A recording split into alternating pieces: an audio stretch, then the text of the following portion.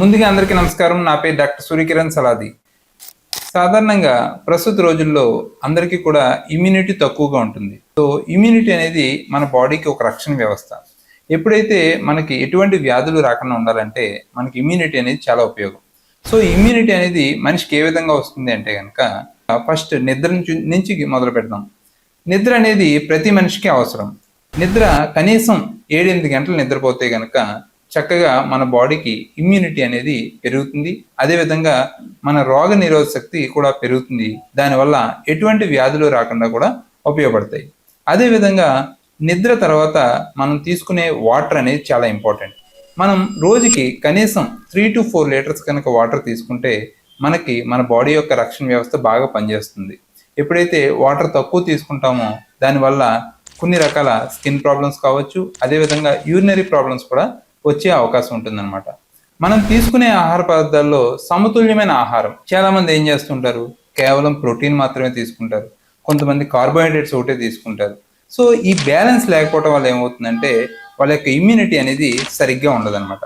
So అందుకనే మనం తీసుకునే ఆహారంలో ప్రోటీన్, కార్బోహైడ్రేట్స్, విటమిన్స్, అదేవిధంగా ఫైబర్ అన్నీ కలిపి ఉండేలా తీసుకుంటే కనుక మన బాడీ యొక్క రక్షణ వ్యవస్థ బాగా ఉంటుంది. సో అదేవిధంగా మన యొక్క ఇమ్యూనిటీ పెరగడానికి ఫిజికల్ యాక్టివిటీ చాలా ఇంపార్టెంట్.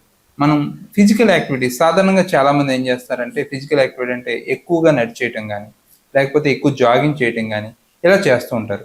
సో కానీ దాన్ని కూడా సమపాల్లో చేయకుండా ఎక్కువగా చేయటం వల్ల కూడా కొన్ని రకాల మోకాలు నొప్పులు లాంటివి, మడం నొప్పులు లాంటివి వచ్చి అవి దీర్ఘకాలిక సమస్యలా మారుతూ ఉంటాయి.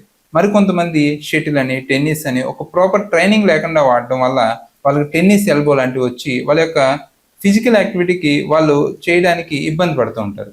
సో దానివల్ల కనీసం వారానికి ఒక 150 మినిట్స్ కనుక ఫిజికల్ యాక్టివిటీ చేయగలిగితే కనుక కంపల్సరీ చాలా వరకు కార్డియాక్ ప్రాబ్లమ్స్ని రాకుండా చూసుకోవచ్చు. అదేవిధంగా మానసిక ఒత్తిడి, ప్రస్తుత రోజుల్లో చూసుకుంటే మానసికంగా స్ట్రెస్ అని, ఒత్తిడి అని చాలా ఎక్కువగా ఉంటుంది. సో ఇలాంటి దాన్ని మనం తగ్గించుకోవడం అసాధ్యం. ఎందుకంటే మనం ప్రస్తుత రెగ్యులర్ డ్యూటీలో ఎక్కువ స్ట్రెస్ వస్తూ ఉంటుంది. సో దానికోసం కొంచెం సేపు 10 మినిట్స్ మెడిటేషన్ చేయటం, అదేవిధంగా ప్రాణాయామం లాంటిది అడాప్ట్ చేసుకోవడం వల్ల మన బాడీ ఇమ్యూనిటీ అనేది చాలా బాగుంటుంది.